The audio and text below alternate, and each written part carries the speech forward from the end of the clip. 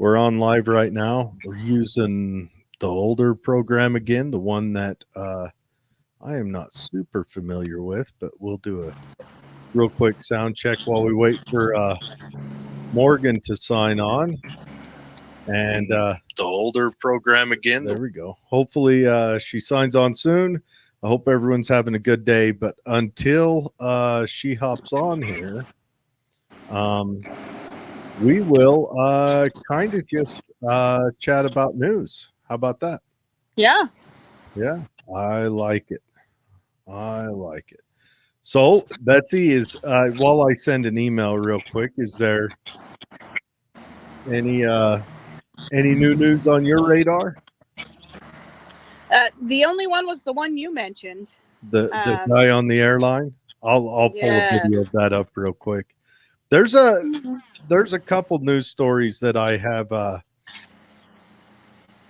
noticed that have been awful exciting, and I'll grab those here in just a second. I just gotta.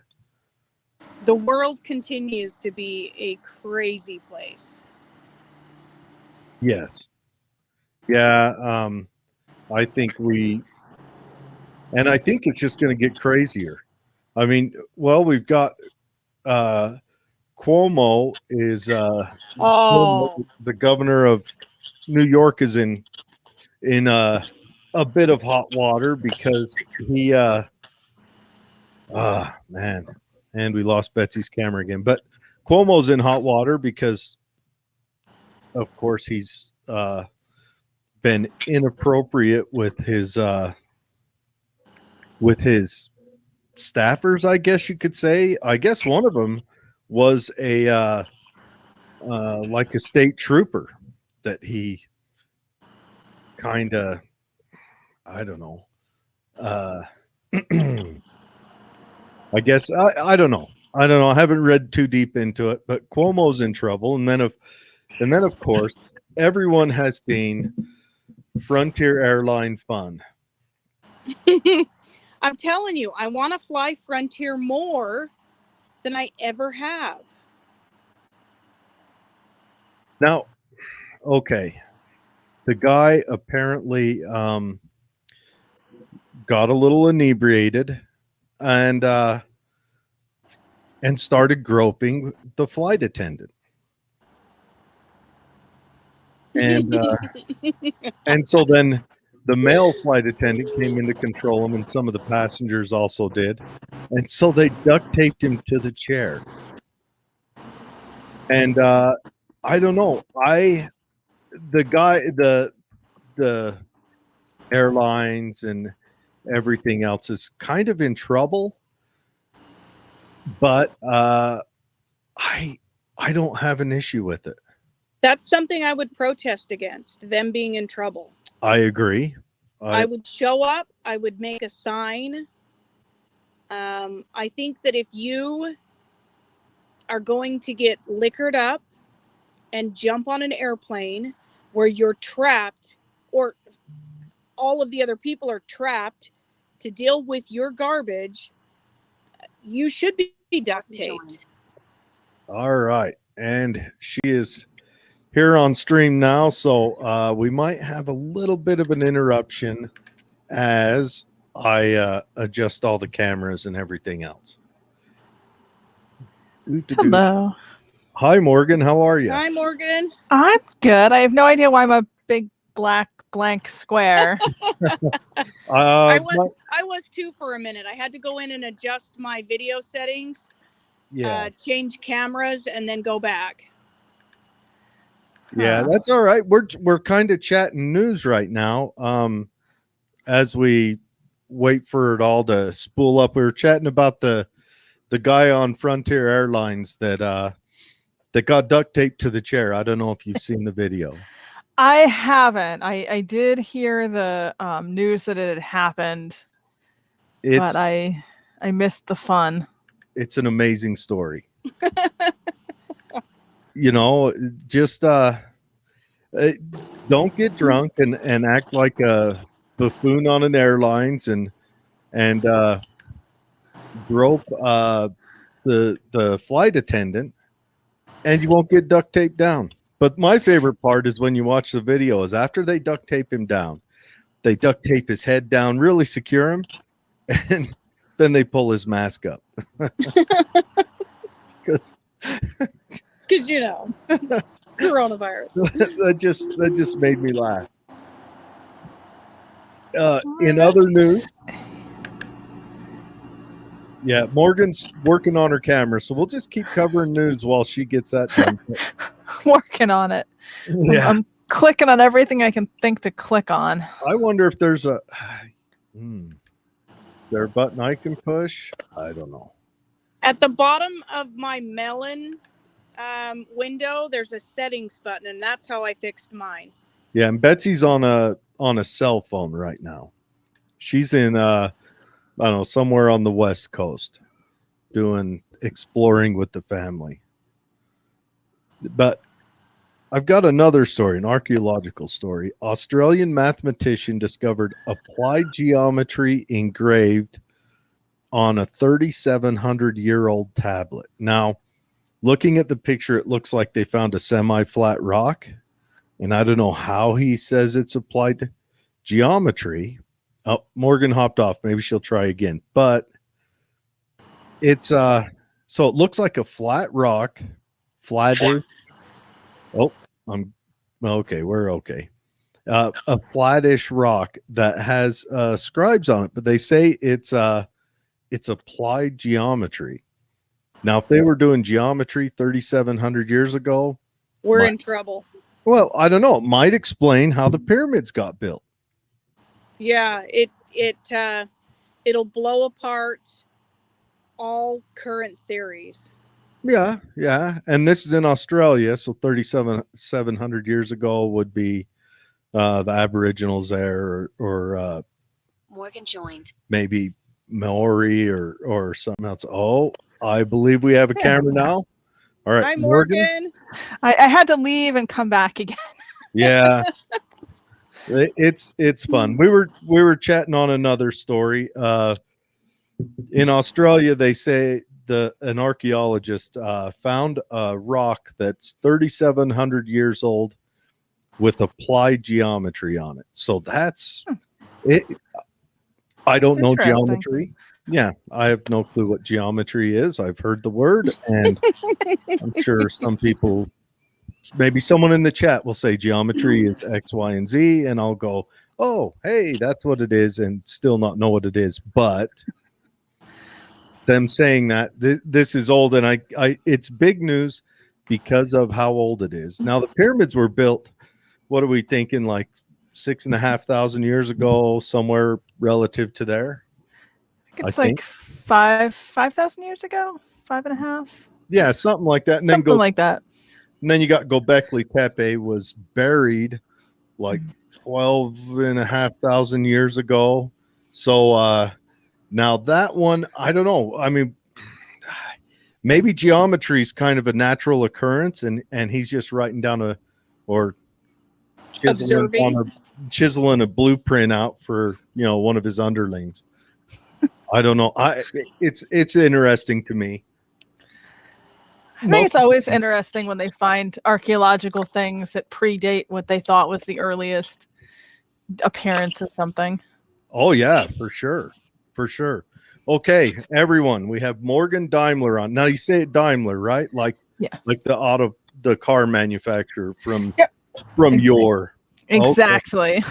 All right. Yeah, I'm a car-oriented guy. I equate most of the world in cars. So, all right. That's useful though, because you're one of the few people who actually knew how to pronounce it.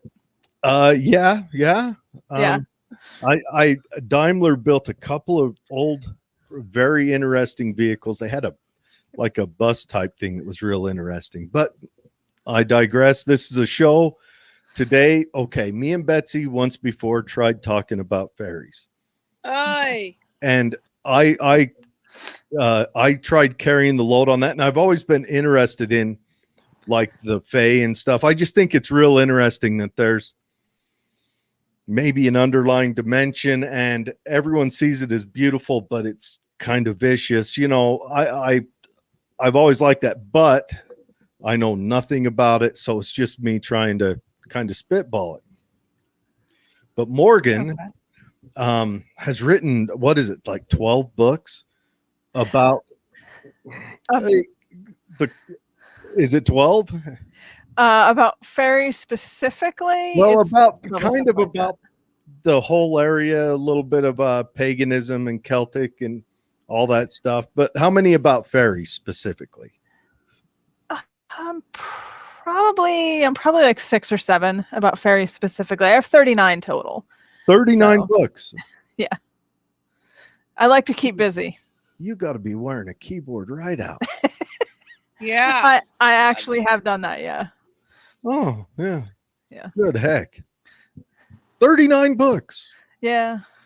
Yeah. Oh. All right. So now, of course, I want to talk about mostly fairies, but give us like an overview of your exploration. What got you interested in this, and how did it all come to pass? Sure. Well, I mean, growing up, I grew up sort of in the Irish American diaspora, and there's a lot of beliefs and I guess what we'd kind of label as superstitions and stories that get passed on relating to things like that. And so even when I was really little, I always sort of had this belief in these beings, that they were real, that they were there. And my family never discouraged it. And so as I got older, I started wanting to really look into the folklore, the actual, beliefs and practices and such connected to it. And it's one of those subjects, it's such a rabbit hole. Like once you start to get into it, there's just so much to it that the more you learn, the more you realize you don't know. And then you just keep going and going. And I started to really become aware that a lot of the sort of popular culture idea of fairies, the sort of, Disney Tinkerbell thing, is so different from the older beliefs and what people still believe in places like Ireland and Scotland and Iceland. And to me, that's just so fascinating. So it's just one of those subjects. It sucks you in. Yeah. Oh, yeah. Like the one that probably sticks with me the most is, I guess they're a shape changer, and they replace your infant child with them. Mm-hmm. And changelings. Changelings, and then they steal your baby, and then they replace it with some jerk off, and that jerk off you're feeding and everything else, and it's stealing some I don't know, some of this dimension or more, to whatever it's doing. And then it makes you wonder, like, especially living, I don't know, 1400s back then when this was prevalent, how much of a impact that had on society. Oh yeah. And changeling beliefs, they're very widespread. We find them across pretty much all of like Western Europe and some parts of Northern Europe. And, we tend to focus now a lot on the babies and younger children, but it was something that they believed, it was believed could happen to anybody.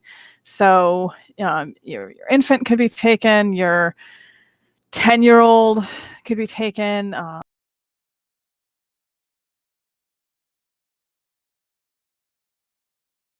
Happened, but we're bringing everyone back on. Bonked out for a minute there. Yes. Now everything looks frozen. Okay, well, we are still going live. Can you hear me? There we go. Okay. Yeah, everything on my end just froze for a second. It did it across the board. It went across the board. And so I probably should have prefaced this entire thing at the very beginning by saying every single time I've done an interview to talk about this subject, there's always really weird tech issues. Yeah, so now we've got a haunted video. and haunted fairies. So we were just talking about changelings, about how now I have heard stories that it happened to adults, and there's been wives that were murdered by their husbands, and they were accused. The husband would, in court or in trial back then, say, well, she was a changeling, I had to do it, you know. Yeah, one of the most famous changeling accounts in Ireland, it happened in the 1890s, was Bridget Cleary, who, she basically got sick is what happened. And the doctor diagnosed bronchitis. Some people now think it might have actually been pneumonia. But her husband became convinced that she was a changeling, that she had been taken by the fairies, and that the woman who was in his house was actually this fairy duplicate. And a lot of the cures that are connected to changelings, the things that people would do to try to get the fairy to leave and to get the human to be returned, are pretty brutal. So what ended up happening is, between her illness and the various things that they were doing to her, she was getting worse. And finally, he did end up murdering her. With her brother as well, or something? Yep. Her brother and her father, I believe. I remember this story, and she was the breadwinner of the family. She had like a bakery, if I remember. She was a seamstress. Or a seamstress, and she would go out and work, and sometimes she would work kind of after dark. And yeah, I remember this story kind of loosely. Yeah, it's a tragedy. Of course, he might have just. And it made newspaper headlines. It was quite a big thing when it happened. It's sad. And we have other court cases, for example, with children, the same kind of thing. So yeah, and that's not that long ago. That's only 130 years ago. Yeah, something like that. 125, 130. Yeah. Oh, so that's recent. And so anyway, we kind of focused in on one point just because it's one that, I don't know, always struck me. I think it strikes me because of the I think of it as a matter of kind of cultural impact of that area in that time. What do you think the fairies are? And maybe we shouldn't call them fairies. That's kind of a prissy name, and they're not very prissy. No, and that's two good topics right there in that one question. I mean, what do I think they are? I think really, despite this sort of modern idea that fairies are, again, this sort of Disney Tinkerbell sort of thing, the term has actually been used for a really long time as sort of a general term for any being that is otherworldly, any spirit that's sort of not from this world, but they can come into this world, interact with this world, and isn't distinctly something else. So it's not a human ghost, it's not an angel, it's not a demon. It's this sort of category in itself, but there's so many different things that you'll find under the label of fairy. You have, fairy dogs, fairy cats, fairy horses. A lot of them are shapeshifters. You have fairies that look very human-like, but are not, clearly not human beings. So it's this very broad category that sort of encompasses a lot of different specific kinds of things. But you are right to mention the fact that they generally don't like being called fairies. I like to joke that I live dangerously because I use the word on a regular basis. But, they say, and this, I should say, goes back hundreds and hundreds of years, this idea that you should use euphemisms instead. So they get called the good neighbors, the shining ones, the gentry. Mother's blessing is one of the Welsh names for them. And it's this sort of idea that because they can be dangerous, because they can potentially really mess a human's life up, you want to use these terms that, if they happen to hear you talking about them, are more positive terms. Their reverence, I guess, would be a good word for it. Yeah. Because you do need to have a little bit of fear with something that can, whether it pops in and out of dimensions or exists with us, but we don't notice. You kind of want to be a little scared of what they can do. And there's lots of stories, you know. Now I've heard it said that they're nature spirits or nature beings. It's a very popular idea now. It's something that's kind of come up in the last 100 and 150 years, specifically coming out of this more sort of Victorian theosophical understanding of fairies, the idea that they're nature spirits. They definitely have a connection to some natural places in the human world and to forces of nature. But really their key feature is that they're otherworldly. There's a lot of modern debate now about whether they're, you know, extra dimensional or interdimensional, or, you know, how we want to understand that concept in more 21st century terms. But just the idea, like you were saying, they can pop in and out of our reality, that they're here when they choose to be here, and, you know, they can physically interact with people. They can be very tangible, but then they can also be invisible and pass through things and do things that, you know, humans clearly can't do. So Now, we commonly, when I think of fairies, I think of really small, you know, little apparitions or people. Tinkerbell. Yeah, is that not the case? That's a portion of the case. You definitely have some of them that are smaller, and then you have some that would be, I'm trying to think of like the ranges that we find across sort of all these accounts. So you have some that would be described as what we would think of as like the standard small type of fairy. We have this sort of group of them that are supposed to be like about 18 inches tall. Leprechauns, everyone I'm sure has heard of leprechauns, are usually somewhere in like that 18-inch range. Then you have this group of them that are supposed to be around like 3 feet. And then you have some that are, you know, I guess what you would refer to as like standard human sizes, like 5.5 feet, something in there. And then you have some that are even, you know, larger. Like I was saying, we do have fairy horses, which are, you know, horse-sized in that form. They're shapeshifters, so they can also appear as human-looking. But they're Hang on 1 second. We're getting a little bit of feedback, I think, off of the cell phone. Is that? I'm still gonna blame fairies. Okay. Fairy technical I think difficulties. it's gone now. Betsy touched a button and made it. Maybe Betsy's a fairy. What would that make me? Well, and then also fairy accomplice. Yeah, fairy ally, fairy adjacent. Also, you've got fairy adjacent. Yeah, you've got the Earl King on the Great Hunt, and that one is, I mean, he is not to curse, but a bad butt.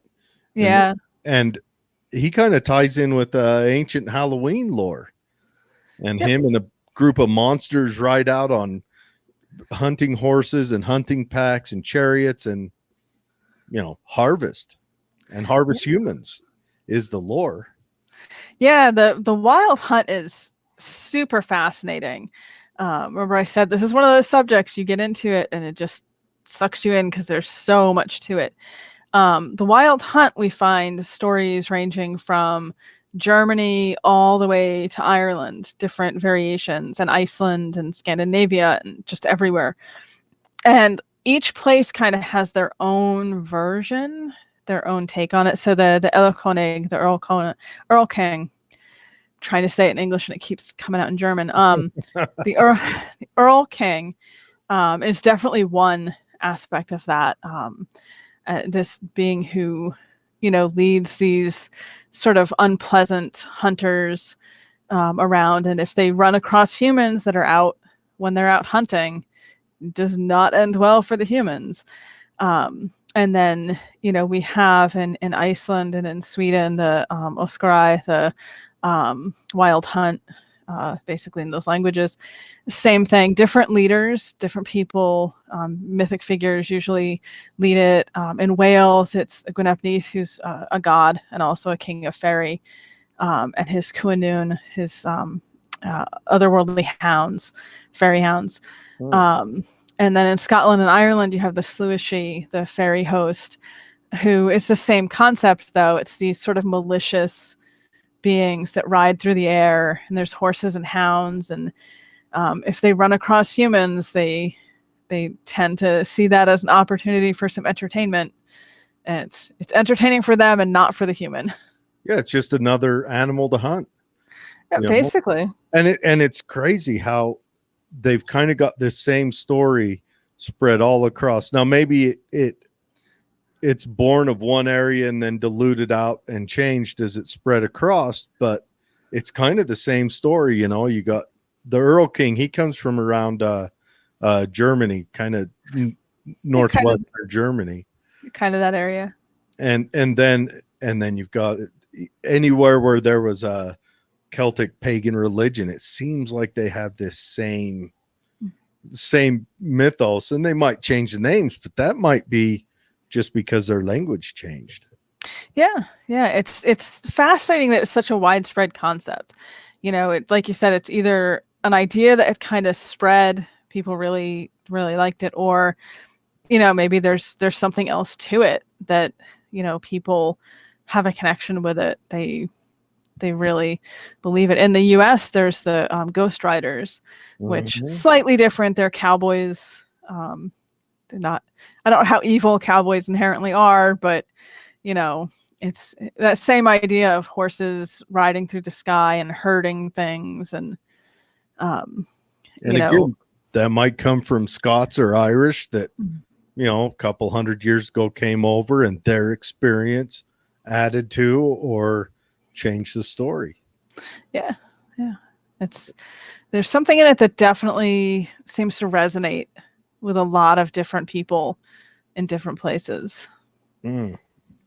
So you got down on this path and started writing books, started wearing fingertips off yourself. And Yes. And so I was looking through your books. You got some books on paganism, and I know paganism, it tends to be a bad word in most Christian culture, in most monotheistic cultures, but it's not necessarily a bad word. It's just the religion that was existing prior to Christianity dominating, correct? Yep. I have quite a few books that are about specific types of, or specific named pagan gods. Sort of my secondary passion after fairies is Irish mythology. So I write a lot about that. I do also have a couple Norse books out there. It's just really interesting to me, these subjects. And I think that, when we're talking about paganism, it's a different way to understand the world around us. And it's just a different approach to spirituality.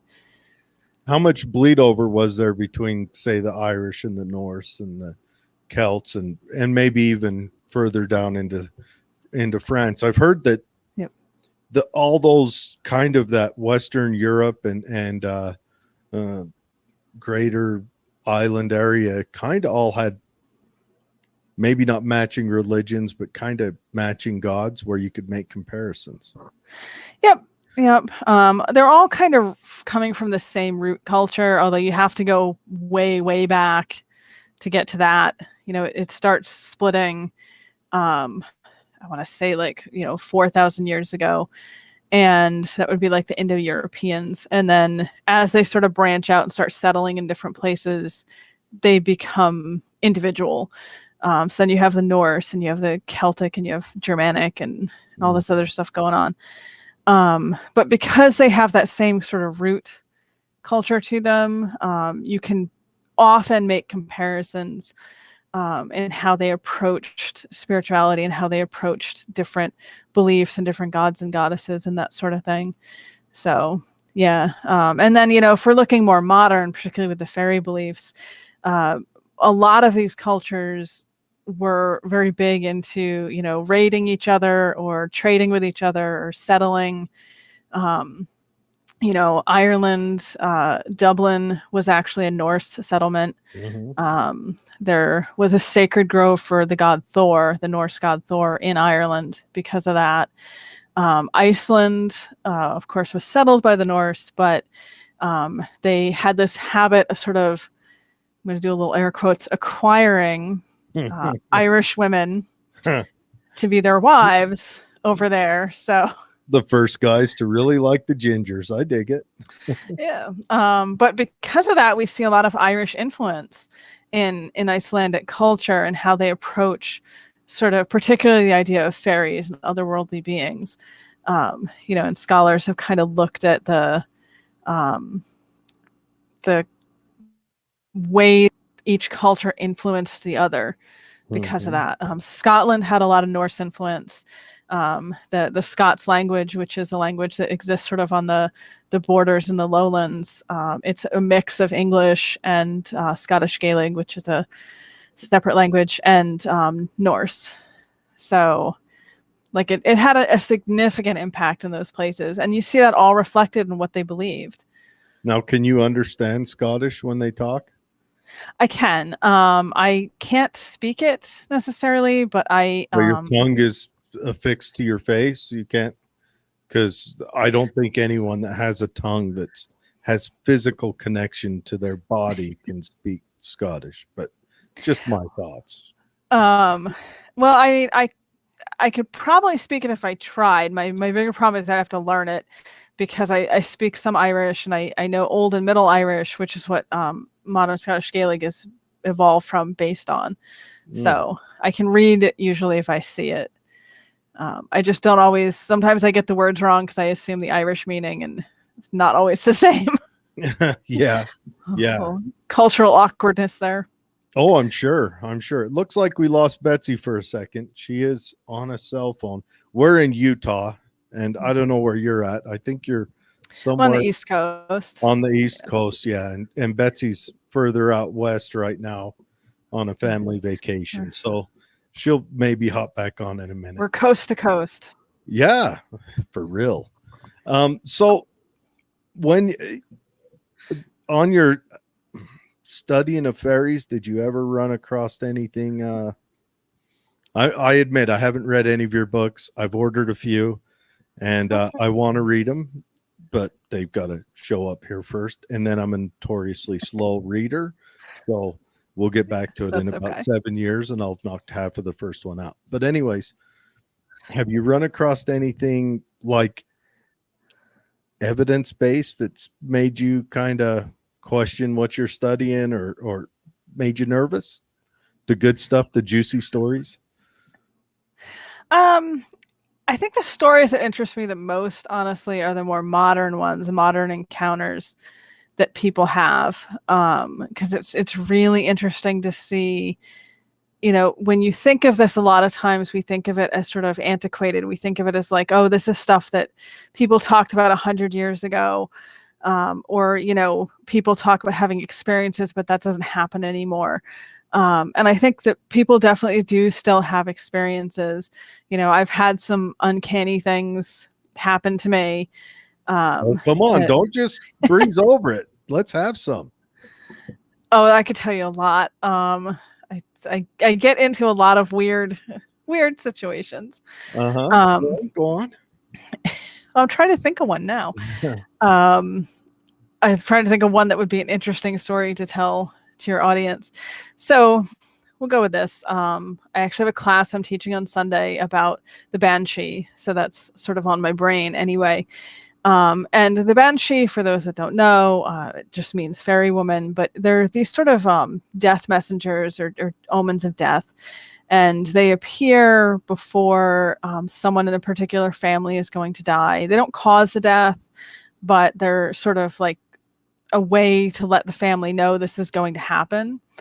And when they cry, it's this sort of really uncanny, unearthly sort of wailing, shrieking sound.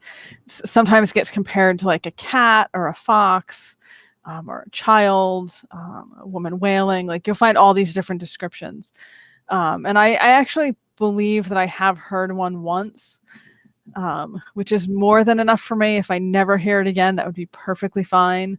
Really? Was it like super loud and aggressive, or what are we talking here? It was loud. I was actually asleep, and it woke me up from a sleep. I almost said dead sleep, and that'd be really inappropriate here. It woke me up from a sound sleep. Was it meant for you or someone in your family? At the time, my husband at the time, we're divorced now, but he is descended from one of the families, because there's certain specific families in Ireland that are supposed to have these spirits, these banshees. And he's one of them. He's McCarthy. And so it would probably have been something connected to him and his family. He heard it too. It woke both of us up. And I really can't explain what it sounded like. It's like if you could combine the sound of a coyote howling and the wind coming in through a crack in a window and a woman crying. If you could make that into one sound. And it was just really eerie. And someone did pass away within, I think, about a week of when we heard it. Well, it might have been meant for your then husband. Yeah, that's what I think. Notifying him that you're about to lose a family member. Oh. Yeah, that's what I think. I did not appreciate that I had to hear it too. That you got stuck into it. Well, but you study fairies, so I do. You know. I guess it might have selected to give him the message because of you, though. It may have. And I mean, it was an intense experience. I joke, but it's like anything else. It is kind of interesting to have had the experience. I do wish that more of like the paranormal groups that do the ghost hunting would, I don't want to say do fairy hunting, because that's probably not a good idea. Put on orange vest and a little Elmer Fudd hat. Yeah, that won't end well. Last week, fairies. Yeah, hunting fairies. Yeah, but I wish that you would see more paranormal investigation aimed at that sort of phenomena. Yeah, because I think there's a lot out there. Is there fae hunting groups? Is there? Not that I know of. I've seen a few of like the bigger name TV show kind of paranormal groups that will occasionally sort of edge into that territory. If they go do a special show in Ireland, they're going to have to. I think it's required in their contract. They have to try to find a leprechaun or something. Mm-hmm. Yeah. But I can understand that, but capitalism wins. There's kind of a void. Maybe you could start some fae hunting, and how would you hunt them? I mean, you hear stories like I like I've always been kind of interested in it. I don't know why. I just think it's interesting in the kind of nature spirit of it all and everything else. But people make deals with them and give offerings of food for services. And you've got ancient stories, you got modern stories. It's in fiction. It's everywhere. I'm wondering, have you ever thought of trying to build a bond with them like that? Oh yeah, definitely. And I definitely wouldn't want to encourage people to go out and hunt them per se, but I think that a lot of the equipment that's used by paranormal groups would work just as well to try to establish, the reality, if you will, of these sorts of beings. But yeah, I definitely have an interest in connecting to them. Like I said, this is one of those things that once you get interested in it, it just, you go deeper and deeper into it. So. Yeah, that's a big question. See, if I connected with one, I would want to get. You remember how they had the story of the cobbler who made the deal with the gnomes? In this case, were I think a fairy being, or a fae being. They'd be considered type, yeah. Yeah, and he made a deal with them, and they would come in and build the shoes. He would sell them in the day and everything. I think I would like house cleaning. There's an entire type of fairy in Scotland, primarily. They're called brownies. Mhm. And that's sort of what they're known for, is they get attached to a household or a farm and they clean. They come in when people are sleeping, and they'll do chores around the house and the farmyard. And you just have to leave them. I think it's a bowl of cream and like a small cake.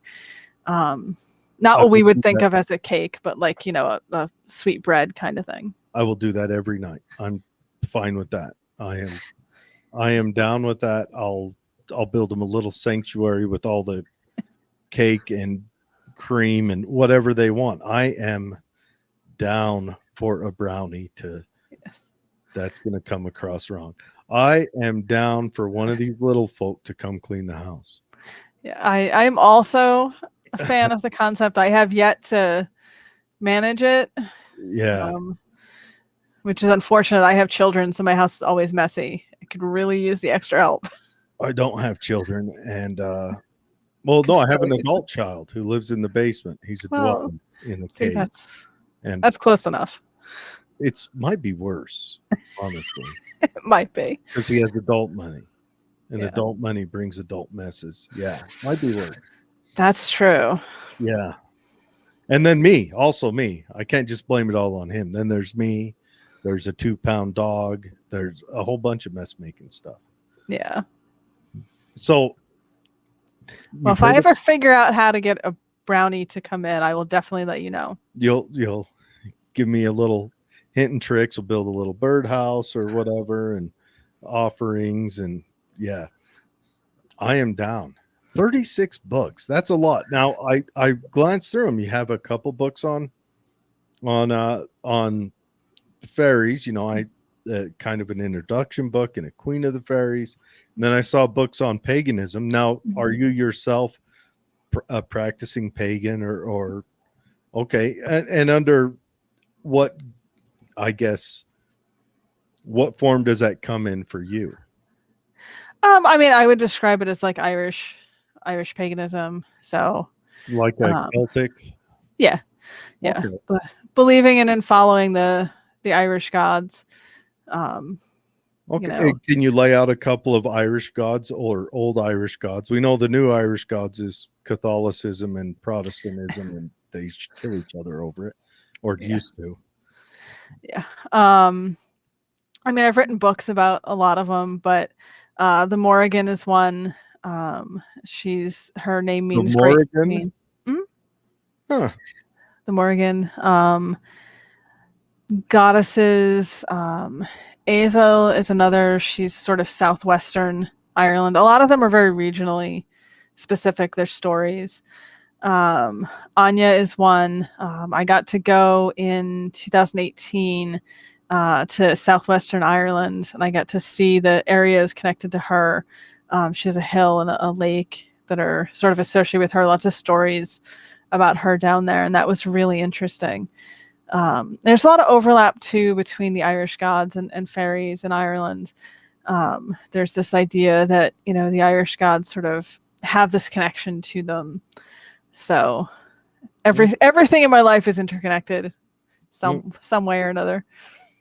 Well, no, that's good, and I think I like different theologies. So, is there kind of a Sabbath practice or a layout of a week or a month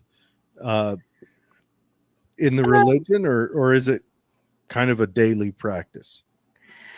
I mean, a lot of aspects of it would be daily. It's a lot about sort of an awareness and appreciation for life around you. Connection to the natural world, the living world. That sort of thing is important. Actual holidays, it's like an 8-holiday cycle, which again, it's kind of predicated on the natural world, like the harvest, for example, and in the spring when things start to grow again.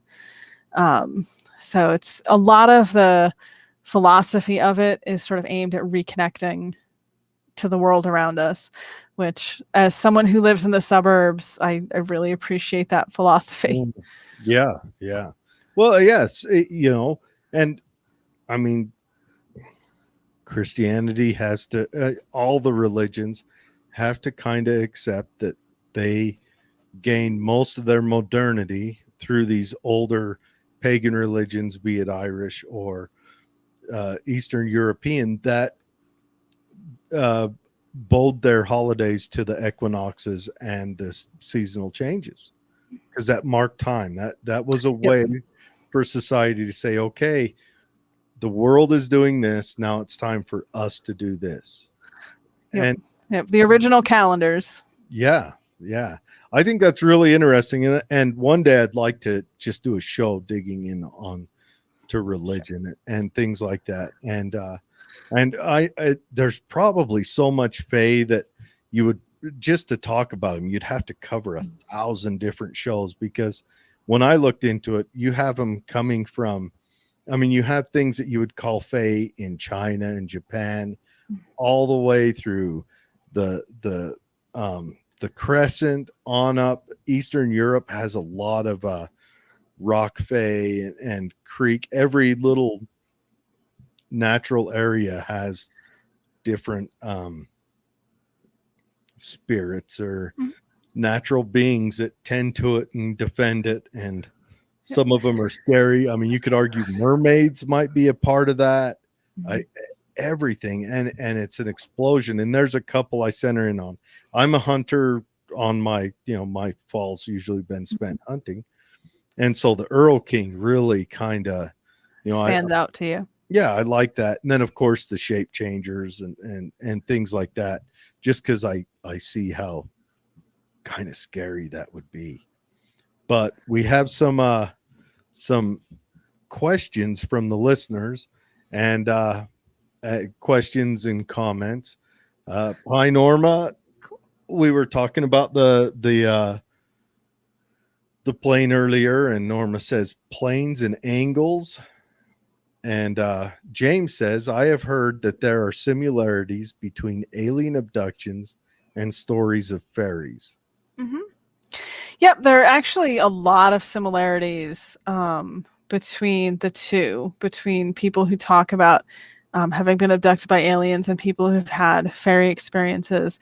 Things like losing time, or having, thinking it's only been 5 minutes and it's been 3 days, sort of a thing. Being offered food is another one. There's an author called Joshua Cutchin who's written quite a bit specifically about this, and he really digs into the similarities. I'm just kind of highlighting a few here. The idea of people having good experiences, bad experiences, seeing lights in the trees, pretty much anything you would think of as a sort of a standard UFO abduction thing. A lot of times you'll see the exact same things in fairy stories. And there's sort of an ongoing debate between people who really study UFOs and alien abductions and people who are really interested in fairy folklore as to whether aliens and alien abductions are sort of the modern version of fairy stories and fairy encounters, or whether fairy encounters are the historic version of alien abductions and UFO encounters. I don't think we'll ever have an answer to that question, but it's definitely something that gets discussed a lot because there's all these similarities between the two, and it's a very interesting subject. I think I tend to fall on the side of aliens are modern fairy encounters, but I'm really biased. So, like they evolved the same time we did, and now aren't most fairies kind of one of their weaknesses is iron? Just basically, it is.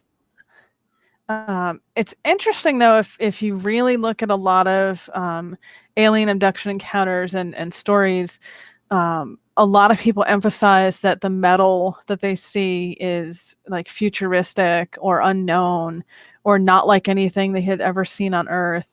Or maybe a plastic. Yep, or synthetic kind of things. So, to me, that's another similarity, that you don't see people talking about iron and steel so much. It tends to be these strange, unknown materials. Yeah. And that would mean that, I mean, it would be a safe environment for Fey folk if there wasn't any iron around. Yeah. That is an interesting thought, that maybe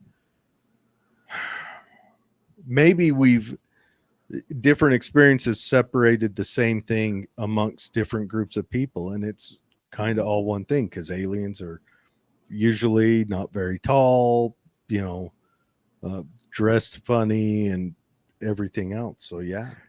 Yep.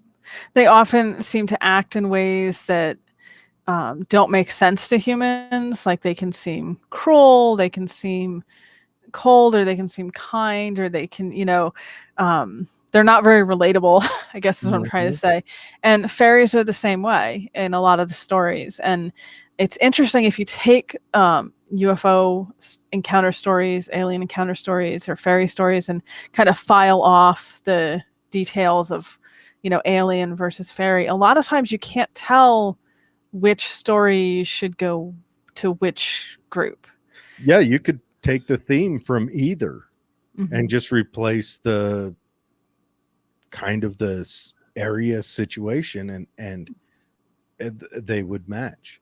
Mm-hmm. I've read one story of it's an old story, an old legend, I guess, where a guy was kidnapped by Fey folk, taken down into their underground humana wherever, and he spent years down there, and built relationships and everything else. Now, I'll tell you one difference between Fey and aliens is not once in there did they mention any probing.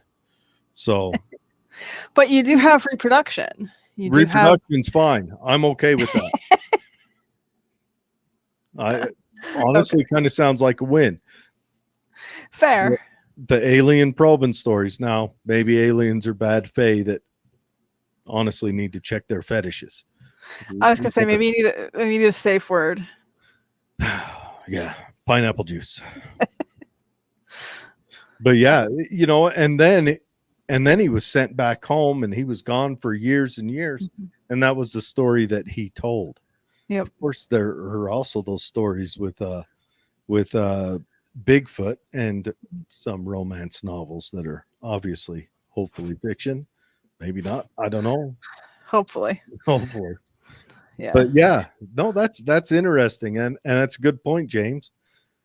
Norma says a Hutchins. Now, her maiden last name is Hutchinson. She says a Hutchins is a hearth elf. So a Hutchinson may be an illegitimate child blamed on them, or the guy taken down into the alien or the elf or Fey or whatever underground, and made a baby. And there's a lot of that across folklore and different stories, that sort of thing. So might be.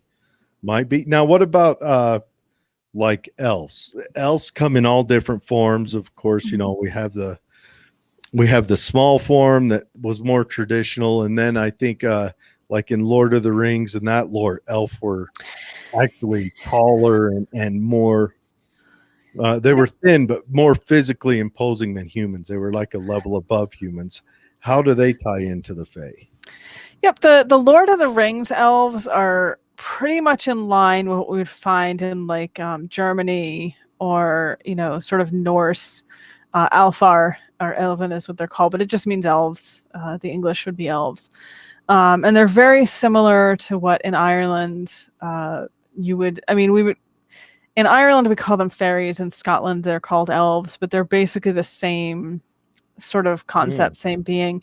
Very much like Tolkien's elves, no pointed ears. The pointed ears and the wings are pretty much from more modern fiction, but well,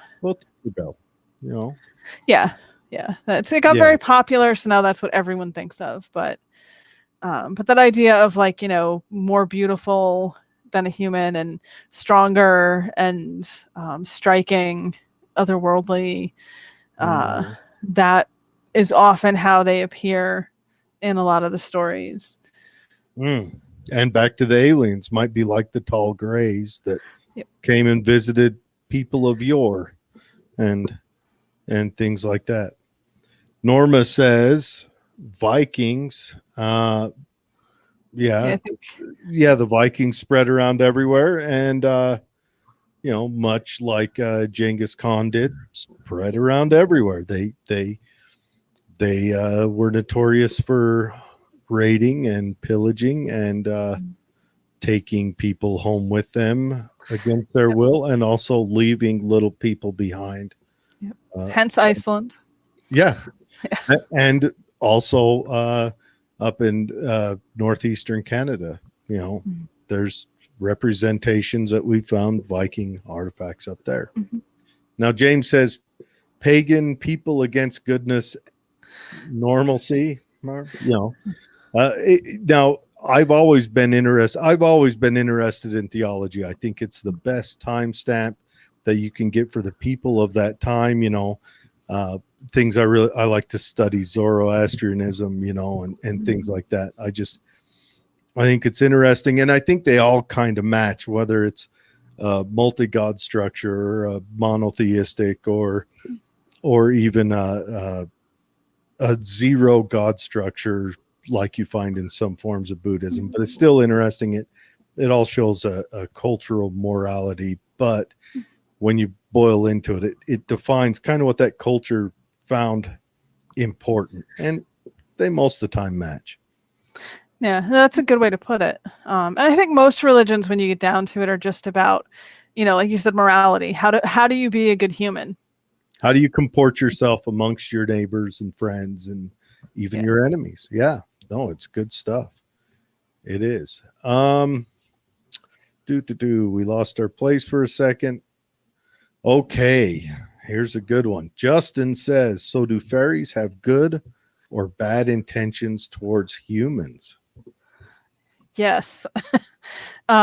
Yes would be the answer to that. I mean, some of them are definitely more interested in helping humans and being on friendly terms with humans, and some of them are definitely not. In Scotland, they kind of break it into two groups. You have the Seelie, means like blessed court, blessed group, who are the ones who are like, oh, okay, humans are okay, we can help them out. Like And then you brownies. have a brownie would be considered like a Seelie type of fairy. And then you have the unseelie, who are the opposite of that. And they're the ones who are like, humans are on the menu, basically. Like I've mentioned the fairy horses a couple times. Kelpies, or water horses, is what they're called. And they're known for tricking people into riding them and then going into a body of water and drowning them and eating them. So definitely bad intentions for humans. Yeah, like they want that body count. Now here's another question. As far as the Girl Scouts brownies, did that name kind of come from maybe the fairy brownies, because they're trying to make good and proper young women, and The not good to be people. chauvinistic, but Yeah. makes you wonder. I don't know, but now I'm really curious. That'd be We'll have something to to. dig into, because Yeah. it might have been, that that is interesting stuff. But yeah, I have heard of the Seelie and the Unseelie, Mhm. and that they also fight against each other and go to war against each other. Fairies like to fight with each other. There's so much folklore about that. Yeah. You see it a lot in Ireland too. They fight against each other. They like to play sporting games. In Ireland, it would be hurling, which is a game with sticks and a ball. But other places would be different things. But very competitive and very lots of rivalries, I guess we would say. Do you think they have the same life cycle as us, as born and then they die and it's over, or do you think they have more of a uh, you know immortal life cycle, which is why they maybe take life as not as precious? I mean, what we find in most of the stories is this idea that they can be killed, so they can die, but they don't otherwise die. Like they don't have old age, they don't have sickness, they don't have any of that sort of thing. So a lot of what they do seems to be motivated by boredom. You know, if you live kind of forever, They're just little shady buggers. you Yes. got to find a way to keep yourself entertained. You know? Hence the wild hunt. Yeah. And that usually happens right around Halloween, doesn't it? Yep, in the fall. Kind of from Halloween through like New Year's. Oh. That sort of time period. So when people normally would die. Yeah. Mm. And then Norma says the fairies got Betsy. Yes, they did. Betsy's phone kept conking out. Yeah. A couple more just real quick ones. Whitley Strieber, I think, described what might be like fairies. Now, Whitley Strieber is, correct me if I'm wrong, an alien researcher, and described what might be like fairies. And then Colby says Blumpkin. Now, I know that has a couple of different meanings. I don't know if there's a fairy meaning to it, but I don't. Yeah. That remains to be seen. But so you actually go to Ireland and go to these different places. And have you done any fairy hunting? I don't know if that's the right way to look for it. Fairy spotting, we'll call it. Research. Yeah. I've definitely had experiences while I've been there. I've been to Ireland, I think 3 times now. I've been to Iceland once. One of the times I was in Ireland, one of the first times I was there, actually, one of the people that I was there with is a musician, and fairies are kind of notorious for liking to take musicians. Usually they just borrow them and then give them back, as opposed to other humans that they keep. But I mentioned that because it was interesting that we were staying in this one place that was a little more out of the way. And he went out walking just after dark, and he started hearing voices in the woods, basically saying, like, come join us. And he came back, and I was like, no. Here's what I picture. I picture you get a big, big box, right? You set him down on the ground, playing the lute, and then you have the big box, like on the angle above it with a stick and a string, and you're over behind a tree just waiting. And then when they come and get him, you catch him, and then you just have a gentle conversation and let him go, obviously, because you're a kind and compassionate human being. But, that's what I'm thinking. What would you use if you wanted to do some fairy spotting? What would you use? Like, just thinking outside the box. If you were going to go out and say, all right, I'm going to spend the next year trying to, catch a visual or catch a conversation with one of them, how would you go about it? What would be your bait? I mean, it's a tricky subject because they're sort of notorious across folklore for valuing their privacy and not appreciating humans that are too mouthy about them. But I think if I was, encouraging people to go out and have encounters, I would definitely say, go places that sort of have stories attached to them about these beings, because you find them all over the place, and you touched on it a little earlier. The concept of this sort of being is universal to humanity. It's worldwide. Anywhere you have humans, you're going to have these beliefs in this folklore. So wherever you live, it doesn't have to be Ireland necessarily. Wherever you live, you can sort of find out where the local stories are. Where I live, there's a state park that is sort of notorious among a lot of people around here for having weird activity that goes on. May I ask what park that is? What the Devil? You're gonna laugh when I tell you the name. It's called Devil's Hop Yard State Park. Hop Yard. Yeah, Really? Devil's Hop Yard. Now I've heard of the Devil's Dance Floor. I think it's in Carolinas, and it's a weird like circle that you're forest all around. Then this weird circle is devoid of everything. substantial plant growth, and they call it like the Devil's Dance Floor or something. Mhm. Maybe something was built there, or there's something in the earth, a Yeah, mineral, yeah. but there's lots of. So, anyways, Devil's Hop Yard. What Yep. goes on there? What's the lore behind that? There's a really old account from I want to say like the 1880s that was published in a couple books of a gentleman who was coming home kind of later one night and going on a path through what's now the state forest, and he started seeing these dark shapes in the trees, jumping from tree to tree, following him.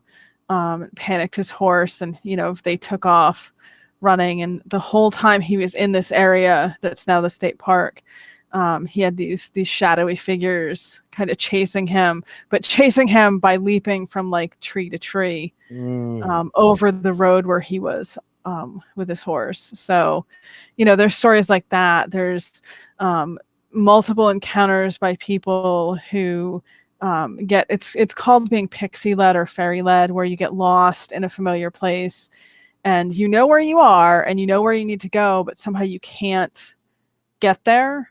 You can't get out of where you are. And sometimes that goes on for 20 minutes, half an hour. Sometimes that goes on for like an extended amount of time. There's a story in Ireland of this happening recently, within the last like 30, 40 years, where someone was in a field. It's not a gigantic field. You can see the gates and how to get out. And they spent an entire night wandering in the field and couldn't get out. So you see stories like that in this particular location. Now, pixies would be more akin to Tinkerbell, right? They're smaller. Yeah, it's more of a Welsh and Cornish, so sort of western area of Great Britain kind of thing. Yeah, then they're a little different. And one of those kind of leads you astray somehow.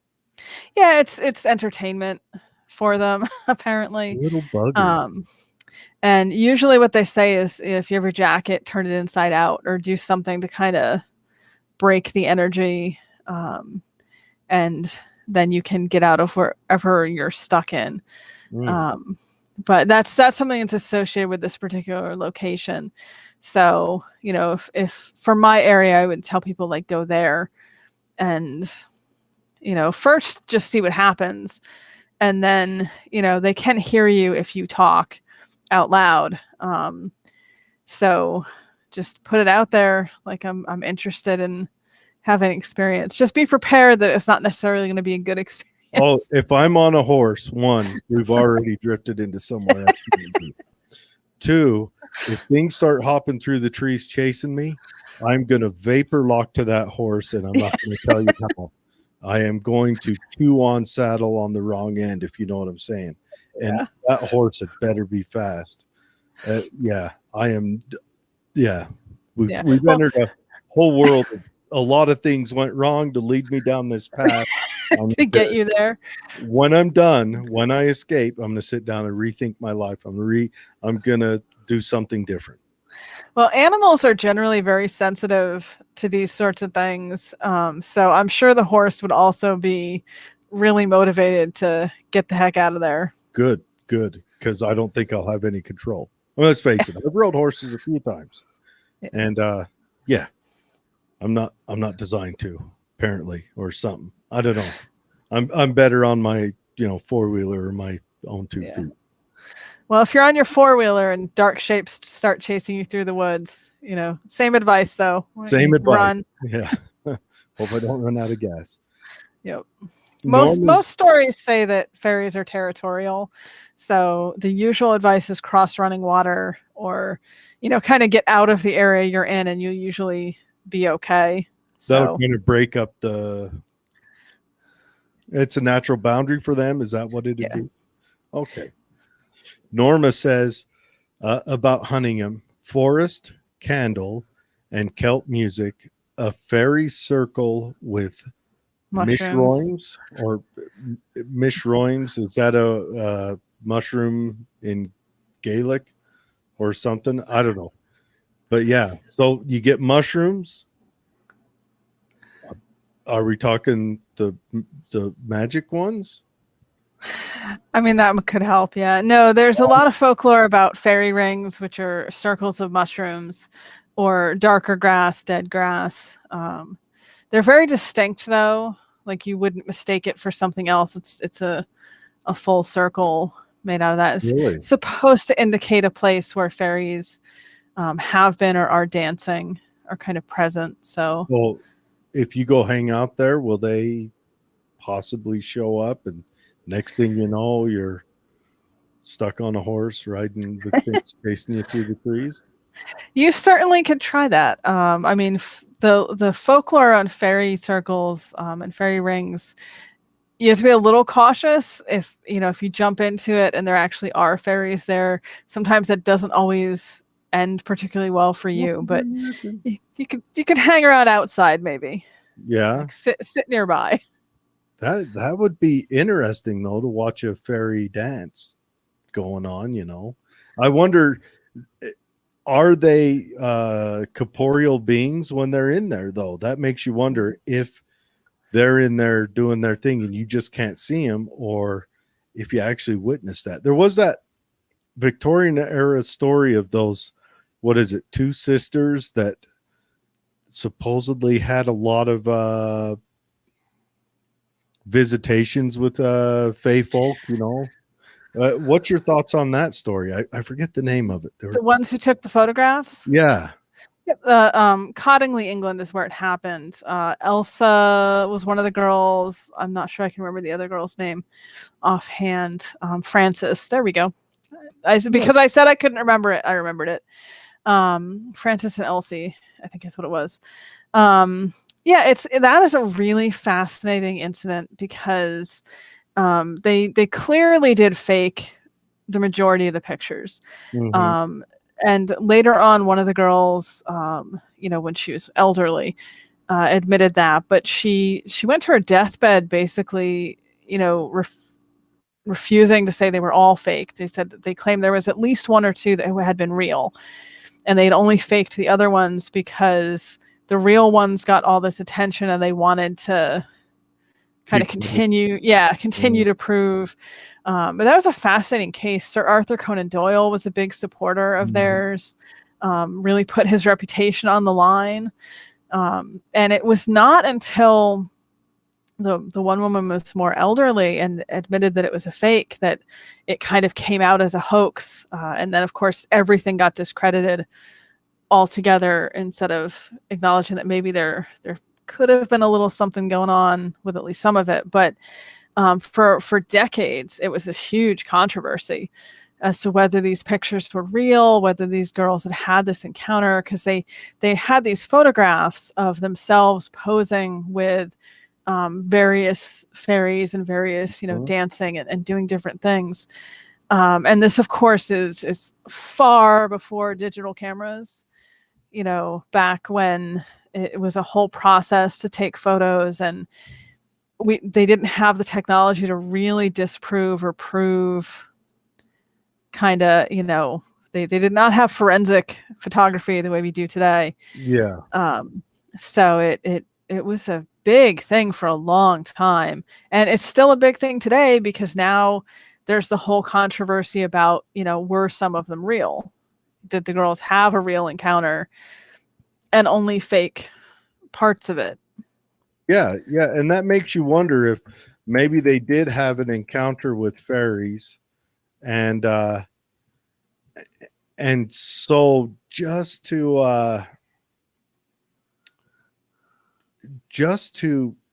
I don't know, I guess I'm going to try to share the picture of it. Anyways, just to kind of reinforce that, they maybe made these pictures afterwards, and maybe that's a wonder. Is that showing up on your screen right now?